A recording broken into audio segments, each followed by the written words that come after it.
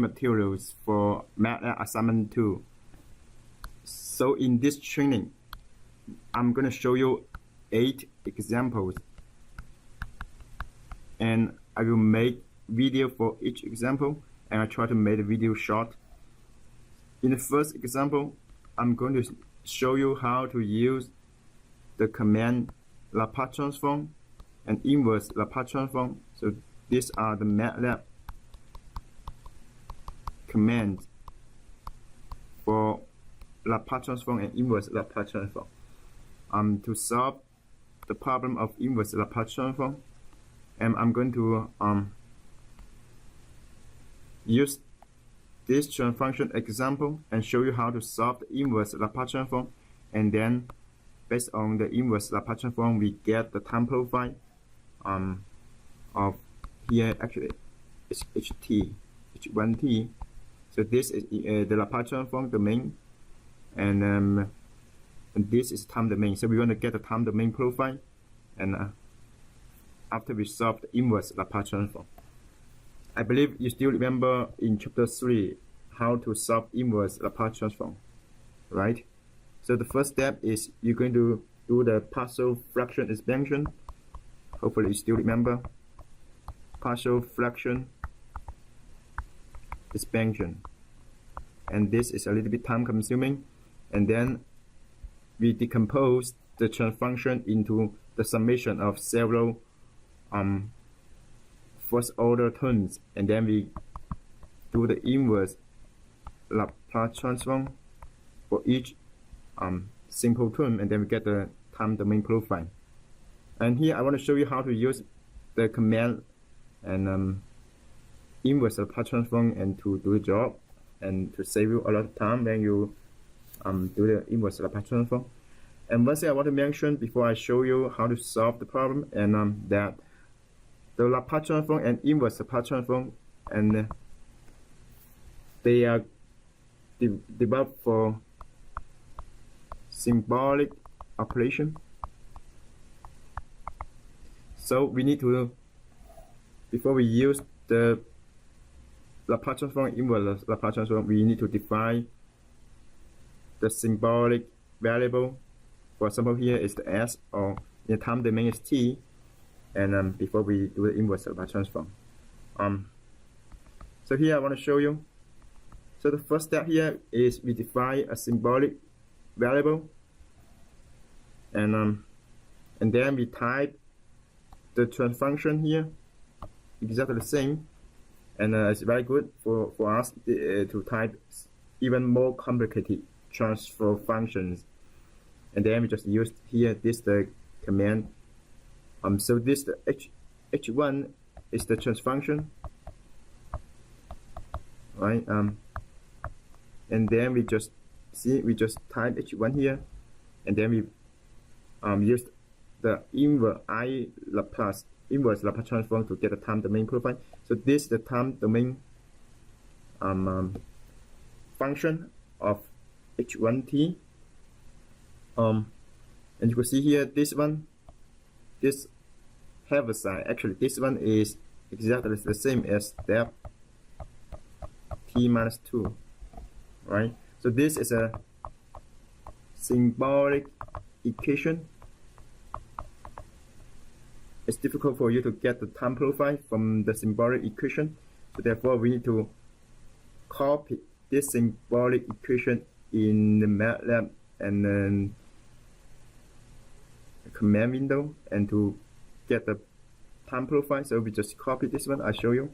So before we run, we get the output, we need to define the time we want to. This is the simulation time. So this is the time we want to get output. So this the time point for output. Right. So we want to get the output at this time point.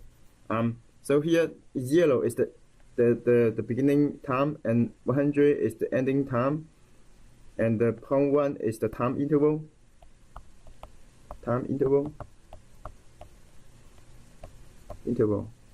Here, right? So therefore your time actually is begins from 0 and then increase by 0.1 at one time, and then to 99.8, 99.9, and then to 100, right? So this time, so to get the time profile, we just copy we just copy this equation, right?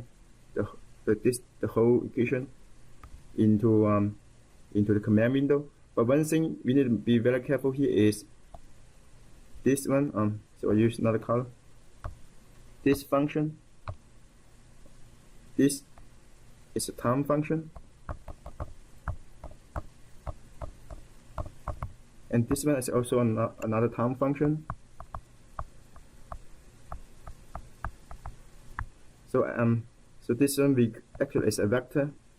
So we had a value for this function at t1, t2, right, and then t, and here's 0.1. Actually, the beginning time is 0, and then you get 0.1, then you get 100. So this is a vector. And the second function here, the time function here, are similarly, right? So this is the time 1, time 2, tm, right? So it's another vector. So you see this is a vector. It's another vector. So to get the product of two vectors. So here you need to be very careful. Here we need to add a dot here. Instead of use the product, we just use a dot here, right? Okay. So this is important, and now I use this underline, and you don't have to. This underline is not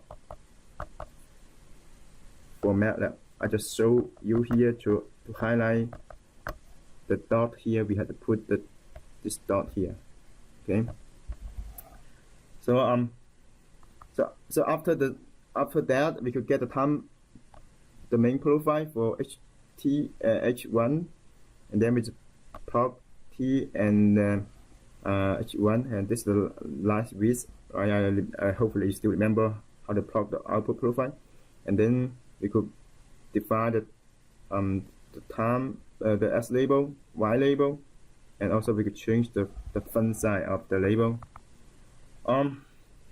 We don't have to put this into these commands into the command window. The best way for us is to save this command into a script. So now I want to show you how to save all the commands into a document, actually into a new script. Okay. So I just open your MATLAB. Open your MATLAB. Already open your MATLAB, and then just see new script here. Just click it, and then you could just type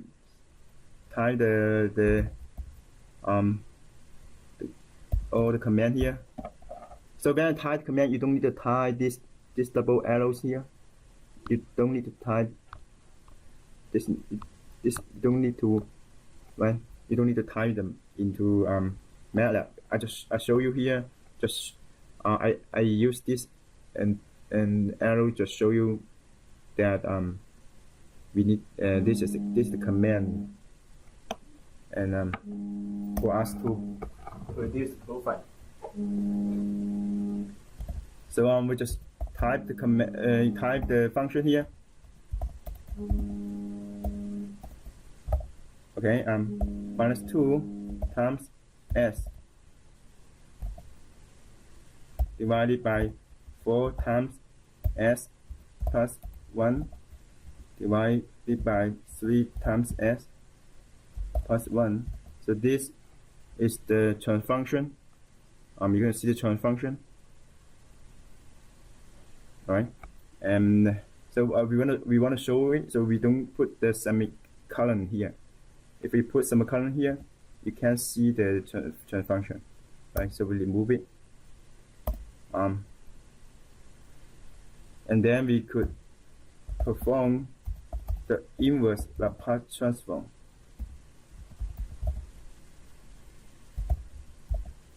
right?